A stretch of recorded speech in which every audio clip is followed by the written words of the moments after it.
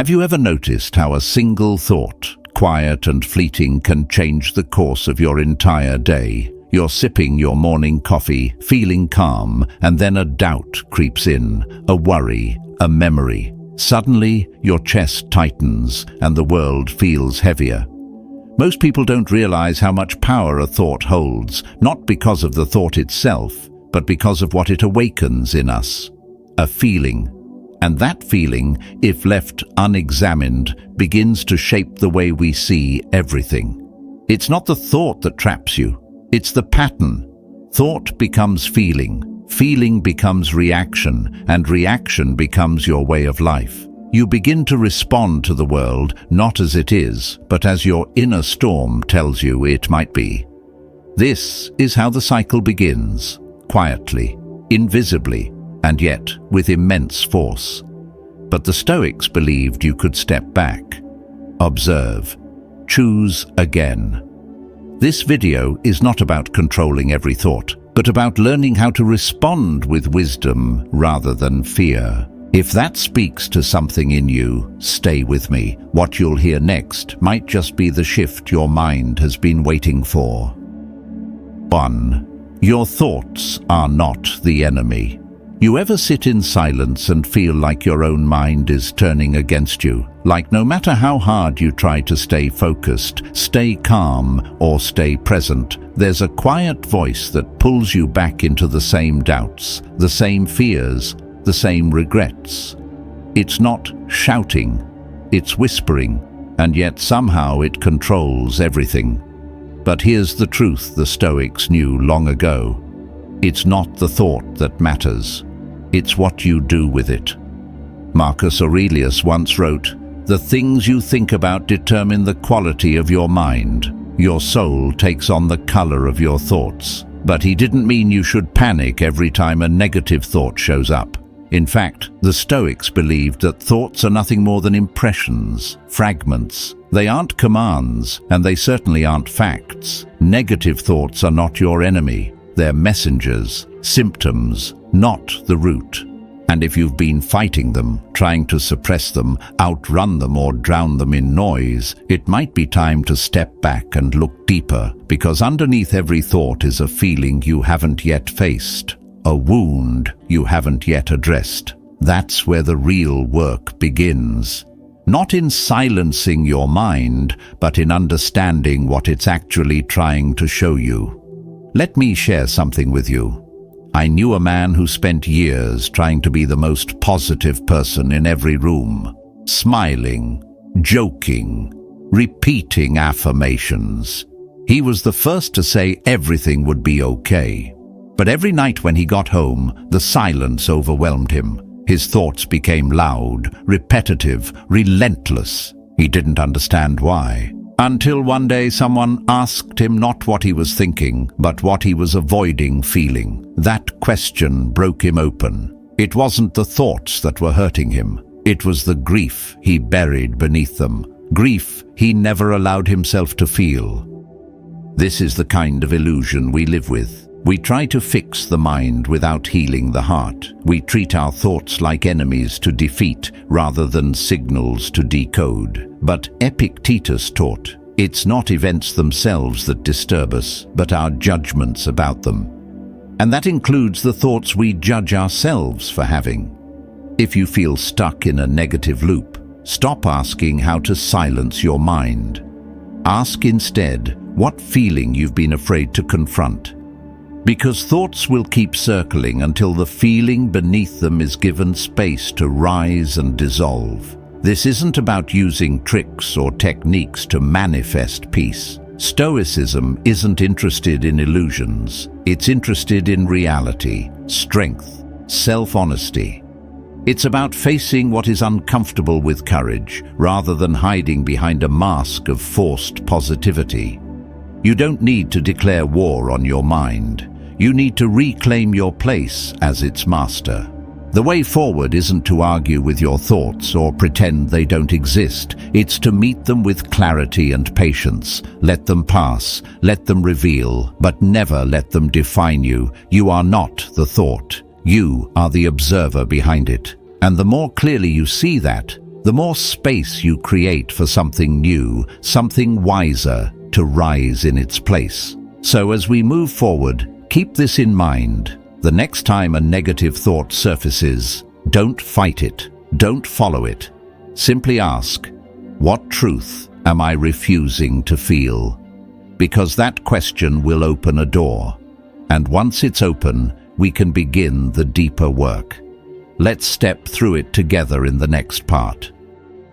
2. Your mind is trying to protect you. You ever wonder why certain thoughts just won't let go? Even when you know they aren't true, even when you tell yourself to move on, they circle back like old ghosts knocking at your door. Maybe it's regret over something you can't change. Maybe it's fear about something that hasn't even happened. Either way, it starts with a whisper and ends up flooding your whole state of mind. And the worst part is, you begin to think something must be wrong with you. But what if I told you the opposite is true?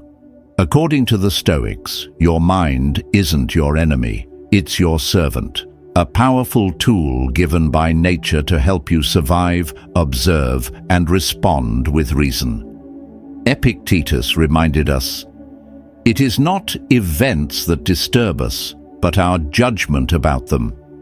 That means the mind is not broken when it reacts. It's simply doing what it was built to do: scan for danger, prevent pain, prepare for outcomes. The problem is, in the absence of real danger, it begins to invent imaginary ones. You don't have to hate your thoughts to break free from them. You have to understand their purpose. Your mind is trying to protect you, even when it overshoots the target. When you walk into a quiet room and suddenly remember that thing you said 10 years ago, or you feel anxiety about a future that hasn't happened yet, that's not madness. That's protection, misapplied. Your mind is still living in survival mode, even when your life has moved on. I once spoke with a man named Daniel. On the outside, he had it all together: a steady job, a calm voice, a predictable life. But every night as he lay in bed, his thoughts would spiral. What if I lose my job? What if my wife stops loving me? What if I wake up one day and none of this means anything? He tried meditating, journaling, even positive affirmations. Nothing stuck. Because deep down, he wasn't dealing with a thought problem.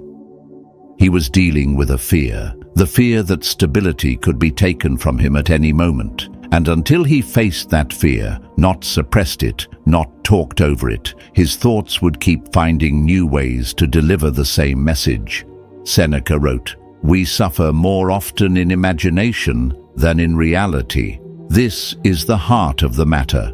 Most of our mental suffering does not come from what is, but from what might be. And thoughts become heavy not because they are real, but because we let them grow roots in emotion. A single thought might pass through the mind like a breeze, but when repeated often enough, it fuses with feeling, and that's when it begins to alter our behavior, our mood, even our identity. You might say, "But I can't help what I feel." And that's true. Emotions rise uninvited. But what you can do, what the Stoics challenge you to do, is observe what those feelings are pointing to. Don't rush to label them or fix them. Don't drown them in distractions.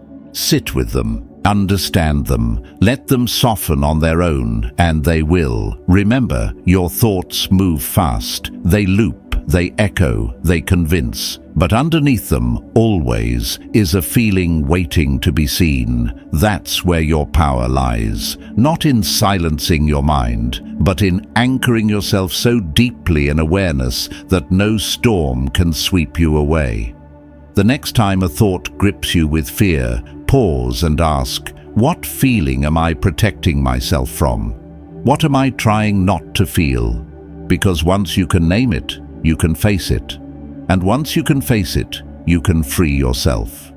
In the next part, we'll take this further into the quiet battlefield of emotion, where your greatest strength isn't resistance, but release. Let's go there together. 3.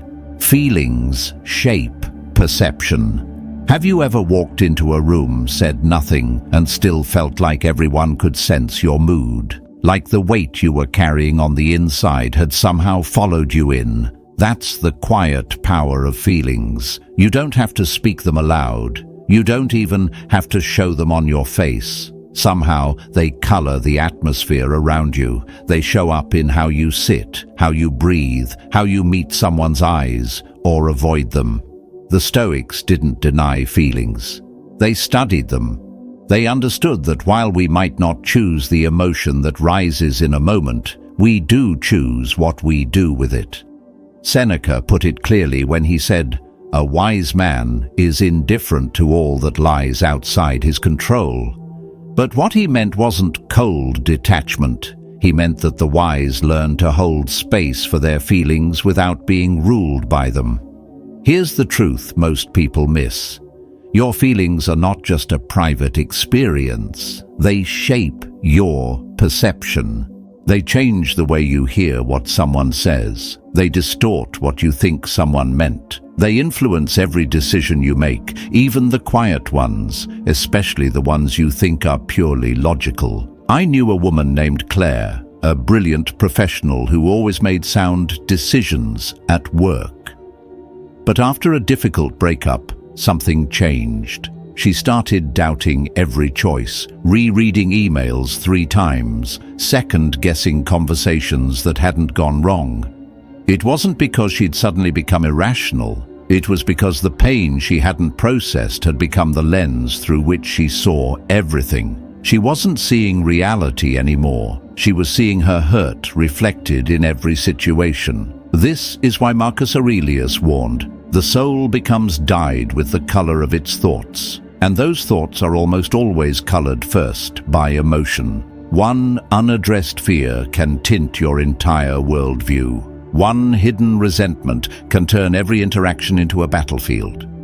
One lingering grief can make every silence feel like rejection. The feeling comes first, then the mind races to explain it, to give it a reason, a story, a villain. But if we don't stop to question the feeling itself, we end up fighting shadows, blaming others, or blaming ourselves for something that simply needed to be felt and released. Modern distractions make this worse. We've been trained to skip over emotions, to fix them, to numb them, to scroll through them. But the Stoic path is different. It doesn't ask you to ignore the feeling. It asks you to observe it, to stand still while it passes, to treat it not as a threat, but as a signal. And once you do, something incredible happens. You begin to respond to life, not from tension or fear, but from presence. You stop projecting your past onto the present moment. You stop seeing threat where there is none. You return to yourself. So when the next feeling rises, don't rush to name it. Don't panic. Don't push it away. Just breathe. Ask what it wants you to notice. Let it speak, and it will pass through like a wave that loses strength once it's seen. This is where the cycle begins to shift, from unconscious reaction to conscious awareness. And in the next part, we'll look at how time itself becomes your ally in this process, giving you the space to choose peace instead of panic. Keep going. You're closer than you think. 4. The gap between fear and reality. Think about how many times your mind has warned you about something that never happened. You feared a conversation would go badly, and it went fine. You imagined failure before a project began, only to succeed. You pictured losing everything, yet here you are, still standing. The mind doesn't just think, it anticipates, protects, and often overreacts. But here's the Stoic insight that most people miss. Between your thoughts and reality, there's a delay, a gap. And in that gap lies your power. Marcus Aurelius once wrote, "Today I escaped anxiety." Or no, I discarded it because it was within me, in my own perceptions, not outside. He understood that our internal world often rushes ahead of reality. That fear, anxiety, and worry are not facts, they are forecasts, and most of them are wrong. You are not the sum of your worst thoughts. You are not the story your anxiety tells at 2 a.m. Most of what your mind fears will never come to pass. And the Stoics would say, even if it does, you will meet it then, not now. The danger is not in the thought. The danger is when we let it shape our identity and behavior before anything has even happened. I once spoke with a man named Victor, a father who lost sleep every night over the future of his children. What if they failed in school? What if the economy collapsed? What if he couldn't protect them from the world? These thoughts haunted him. He read every book, watched every news cycle, and planned for 1,000 what-ifs. But none of it brought peace, because the fear wasn't about the future. It was about a deeper feeling he never addressed, the fear of being powerless. The Stoics didn't tell us to be emotionless. They told us to be honest. And if you're trying to change your thoughts without understanding the emotions behind them, you're fighting smoke instead of fire. One unhealed feeling can trigger 1,000 anxious thoughts. You can repeat positive mantras all day, but if your core is filled with unresolved fear, the cycle continues. Letting go is not a trick. It's not some feel-good technique. It's a practice of presence, of sitting with the feeling behind the thought and allowing it to exist without rushing to fix it, without covering it with noise, without pretending it's not there. Seneca said, "No man is more unhappy than he who never faces adversity, for he is not permitted to prove himself." And the adversity we often avoid most is not on the outside, it's the discomfort within us. So here's what you do. When that familiar negative thought rises, pause. Ask what feeling is fueling it. Don't judge, don't label, just observe. Let it speak, let it pass. The moment you stop resisting the feeling, you give it space to dissolve. That's not weakness, that's mastery. You don't need to fight your thoughts to be free. You need to stop feeding them with fear. Let go of the story. Let go of the need to control what hasn't happened, and in that space, you'll find peace. You'll find yourself. If that resonates, take a moment to comment release below, and if you're finding value in this journey, subscribe. That way, these insights stay close. We're not done yet. In the next part, we'll look deeper at how the way you resist feelings may be the very thing keeping them alive. Stay with me. 5. The quiet ways we avoid ourselves. There comes a moment when you've tried everything to stop the storm in your mind and nothing works. You've buried the feeling. You've vented it. You've distracted yourself with goals, screens, or busyness. But the unease still lingers, just beneath the surface. It returns in silence, in boredom, in the pause between tasks. That's when you realize you haven't dealt with the feeling, you've just circled it. The Stoics believed that suffering often comes not from pain itself, but from the ways we try to avoid it. Seneca wrote, "We are more often frightened than hurt, and we suffer more from imagination than from reality. And the imagination is clever. It finds many ways to postpone discomfort. But all of them lead back to the same place. Avoidance. There are 3 common ways people avoid facing their inner world. The first is suppression. This happens when you push a feeling down, smile through the ache, keep busy to avoid the pause. You tell yourself it's not a big deal, you move on, but the body remembers what the mind tries to forget. Like trying to hold a ball underwater, it takes energy to keep it there. Eventually it bursts back up through irritability, through overreactions, even through illness. I once knew a man who never showed anger, calm in every room, but years of holding it in left him physically sick, drained without explanation. He didn't need rest, he needed release.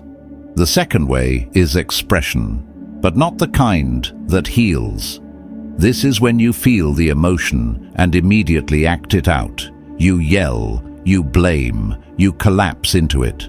And for a moment, it feels like a release. But really, it's a loop.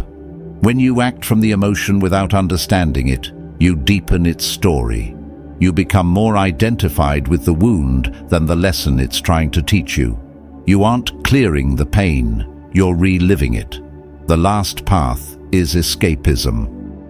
This is the most deceptive because it often looks like productivity. You work longer hours, you chase new goals, you help others, not out of love, but out of fear of sitting still, or you reach for your phone, scroll for hours, check out entirely, anything but stillness. But when the noise fades, the feeling is still there, waiting. Marcus Aurelius reminded himself, "Nowhere you can go is more peaceful, more free of interruptions than your own soul." But most of us spend our lives avoiding that very place. Suppression, expression, escapism, they all offer temporary relief. They get you through the day, but they don't transform anything. They don't bring you closer to truth. They just postpone the moment when you finally sit with the feeling and allow it to pass on its own. Here's what changes everything when you let the feeling exist without needing to control it. You don't suppress it, you don't perform it, you don't run from it, you observe it, you accept that it's there. You give it room to breathe, and what you'll notice is this: the more space you give a feeling, the less power it holds over you. It softens, it dissolves, and in that stillness, you begin to return to yourself. This is not about being passive, it's about being honest. And it's the beginning of real strength. Because when you can sit with discomfort without flinching, you stop being ruled by it. You stop reacting. You start choosing. Now let's take this further. In the next part, we'll explore how surrendering to the feeling is not weakness, but the doorway to clarity. Keep walking. You're almost there. 6. Letting go is strength. We all reach that moment when the mind won't quiet down, no matter how much we analyze, plan, or prepare. You've tried controlling your thoughts. You've tried thinking positive. You've tried repeating phrases to convince yourself that everything will be fine. But the tension remains. The discomfort lingers. And deep down, you know, this isn't about control anymore. This is about surrender. Surrender doesn't mean giving up. It means releasing the illusion that you have to wrestle with every uncomfortable thought just to survive. It's stepping back from the battlefield inside your head and realizing the fight itself is what's keeping the pain alive. Marcus Aurelius once wrote, "If you are distressed by anything external, the pain is not due to the thing itself, but to your estimate of it, and this you have the power to revoke at any moment." That's what surrender does. It revokes the power you gave to fear. We've been taught to associate peace with victory, as if we must defeat every negative thought in order to be free. But peace isn't the end of the war. Peace is walking away from the war altogether. When you let go of the need to control what you think, what you feel, and what happens next, you create space. And in that space, something shifts.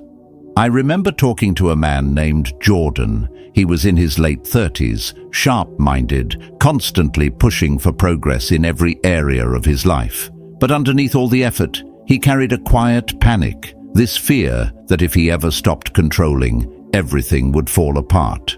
So he clung to schedules, rituals, mental frameworks, and yet the anxiety didn't go away.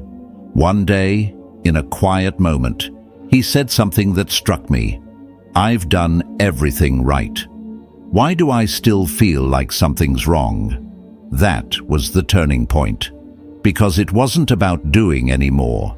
It was about releasing.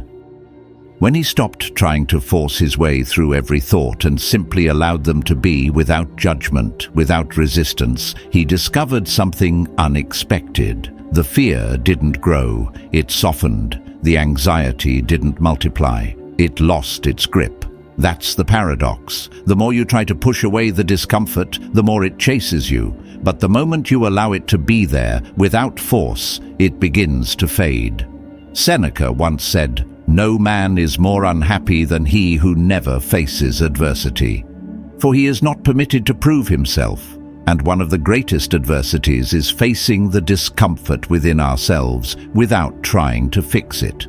To simply sit with it. That is where strength is forged. Letting go isn't passive. It's a deliberate act of courage. It's you saying, "I don't need to control everything to be okay." It's you creating a gap between stimulus and response, and in that gap, you take your power back. You stop identifying with every fearful story your mind tells. You stop reacting to every surge of emotion. You watch, you breathe, you return to stillness. It might sound simple, but it's one of the hardest things you'll ever practice. And yet, it's also one of the most rewarding, because when you stop feeding the cycle breaks. You don't have to solve the thought. You just have to stop being ruled by it.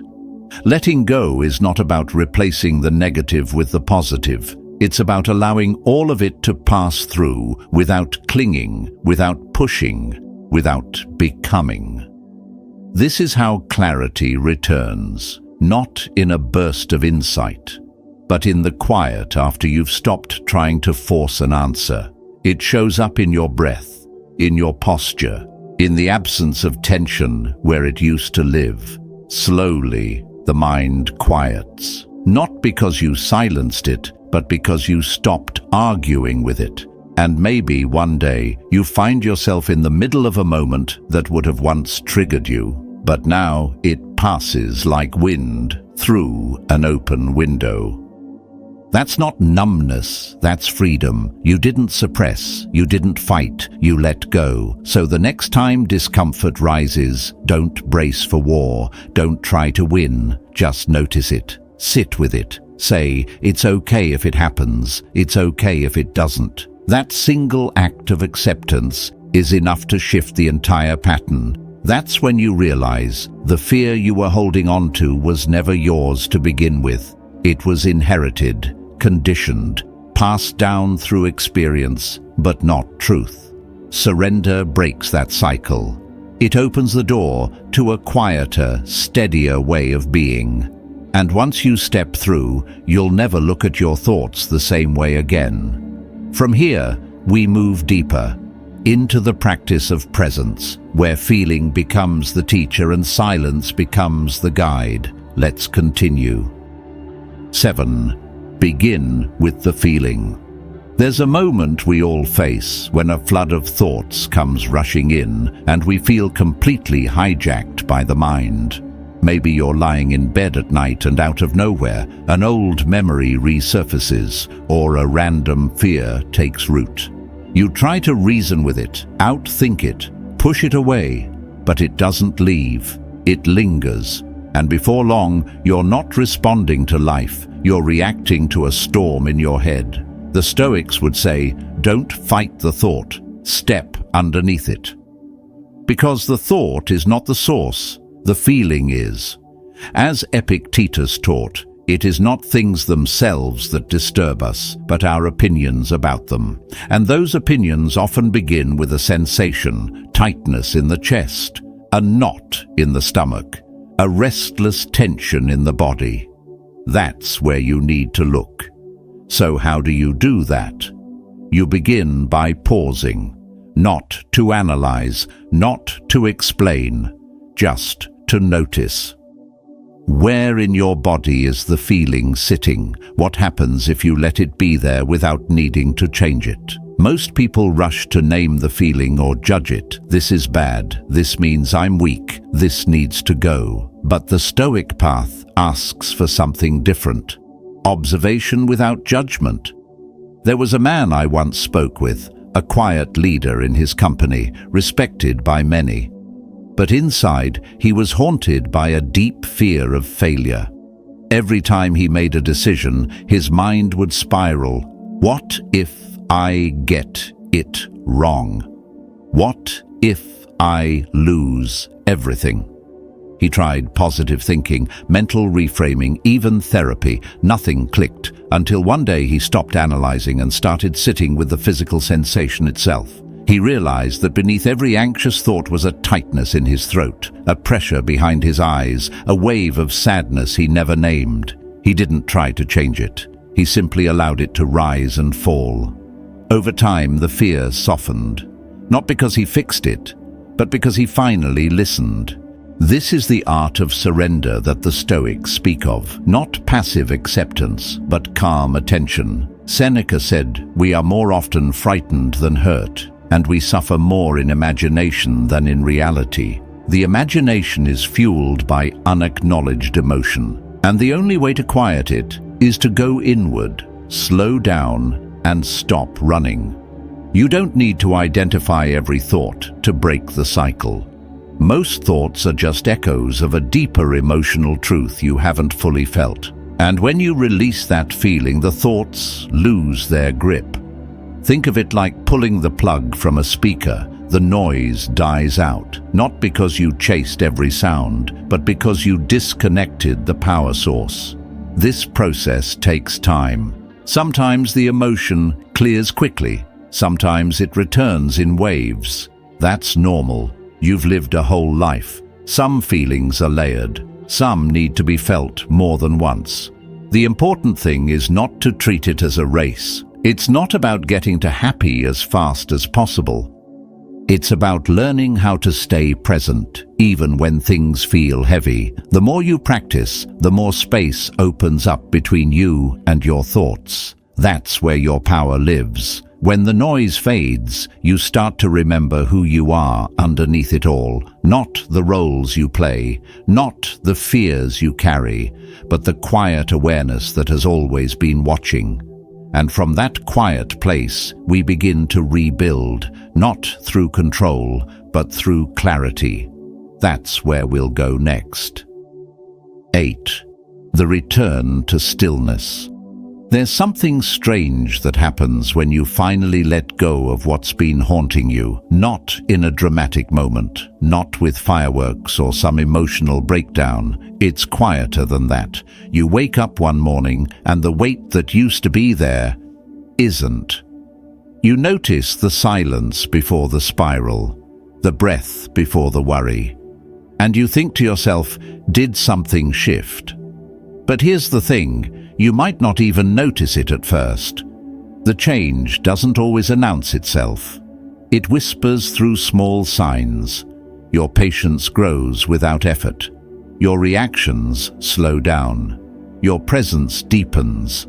And before you know it, the world starts responding to a version of you that feels more grounded, more whole.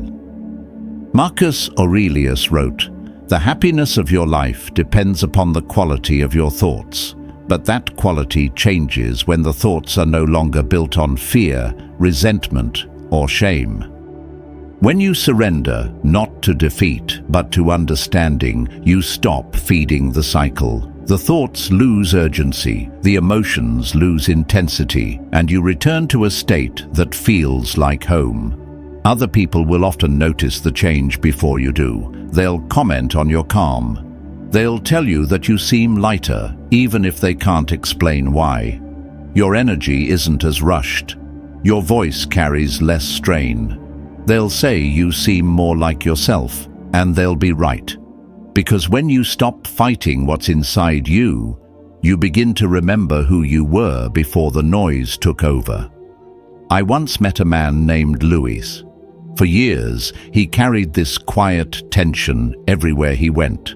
No one ever saw him lose control, but they could feel something heavy behind his eyes. He was sharp, driven, successful, but underneath it all was a silent war with the past. When he began practicing the Stoic principle of voluntary acceptance, not forcing change, but facing reality with clarity, he started to shift. Not overnight, but over time the anger dissolved, the grief softened. One day, his daughter said, "You don't sigh as much anymore. It sounds small." But to him, it was everything. A sigh is the body's language when the soul is carrying too much. And for the first time in years, he was finally free of that weight. This is what surrender looks like. It's not passive, it's powerful. It's the kind of strength that doesn't need to control everything to feel safe. Seneca said, "True happiness is to enjoy the present, without anxious dependence upon the future." And when you release the layers of emotion that once clouded your view, that's exactly what happens. You begin to live right where you are, fully, quietly, peacefully. There's no need to chase the future anymore, because what you used to want starts to find its way to you, not because you demanded it, but because you created the space for it.